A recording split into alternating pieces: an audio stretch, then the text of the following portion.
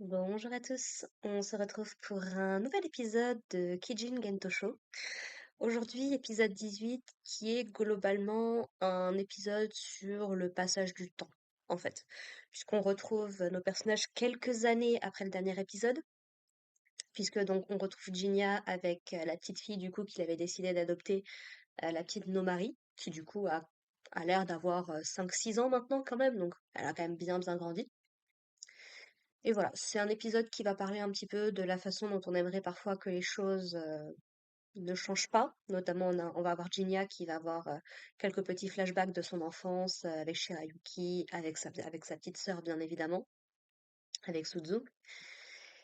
Et notamment le fait que bah, Suzu ne vieillissait pas, alors par choix ou par nécessité, comme ça, j'avoue que j'ai plus très bien les détails en tête. Mais voilà, le fait que Suzu n'évoluait pas, alors qu'elle voyait du coup tous les gens autour d'elle grandir et vieillir, notamment donc Chitose qui était son amie avec qui elle s'amusait à sauter dans la rivière, ce genre de choses. On ressent vraiment que elle a quand même pas mal souffert de cette situation-là et que c'est quelque chose que Ginny a réussi à percevoir. Euh, on a ce thème-là du coup donc parce qu'également on voit le père de Hofu qui commence à vieillir petit à petit. Mine de rien, on mentionne notamment le fait que sa santé est pas forcément au beau fixe. Je vous avoue que ça m'inquiète un petit peu. On sait vers où va la série. On a vu le passage du temps, on sait qu'on arrive à l'époque moderne beaucoup plus tard. Donc voilà, on sait qu'il y a des personnages, notamment les personnages humains, purement humains, qui ne pourront pas survivre à cette époque-là. Donc forcément qu'il va y avoir d'autres personnages qu'on va perdre. J'avoue que le père de Hofu, ça me ferait un petit peu mal de le voir. C'est comme son petit frère, Miura, qui justement, lui, de son côté, considère que bah, Ginia, avec toutes les années qui passent, bah, ça reste l'ami qu'il a réussi à garder ou à se faire de plus longue date, en fait. Et c'est notamment lui qui met en avant le fait que, bah, dans l'idéal, si les choses pouvaient ne jamais changer, ce serait plutôt bien. Ginia, du coup, qui est plutôt d'accord, qui, bah, voilà, maintenant il a nos maris avec lui, mais à l'époque aussi, il aurait aimé que les choses ne bougent jamais, notamment par rapport à sa relation avec Shirayuki. Donc voilà, c'est un thème qui est pas mal évoqué, qui est bien mis en avant. Et j'ai envie de dire que c'est quand même, pour moi, un des aspects que la série réussit le mieux, puisque donc on a vraiment un passage du temps, c'est dinguissime dans cette série, mine de rien. On part vraiment d'année en année.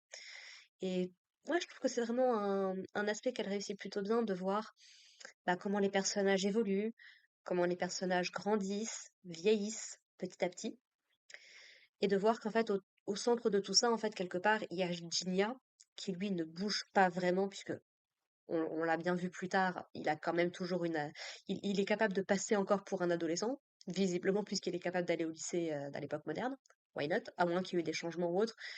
Mais voilà, j'aime bien ce côté que, ouais, en fait, on suit Ginia dans son quotidien, en fait, globalement, et les personnages qui gravitent autour de lui. C'est vraiment lui qui est au centre et je suis à la fois curieuse et un peu inquiète de savoir ce qui arrivera à nos maris également, puisque pour ce qu'on en sait, on l'a pas vu dans le futur, donc on verra bien. Enfin, je crois, il me semble. Faudra que je revérifie, je sais plus très bien. Bref. Parce que oui, moi, ça fait, parlant du passage du temps, ça fait quelques mois que j'ai pas regardé la série, qui est une des séries qui m'aura duré le plus longtemps sur la chaîne, hein. Il m'aura fallu une bonne année pour en venir à bout, mais on y arrive, petit à petit.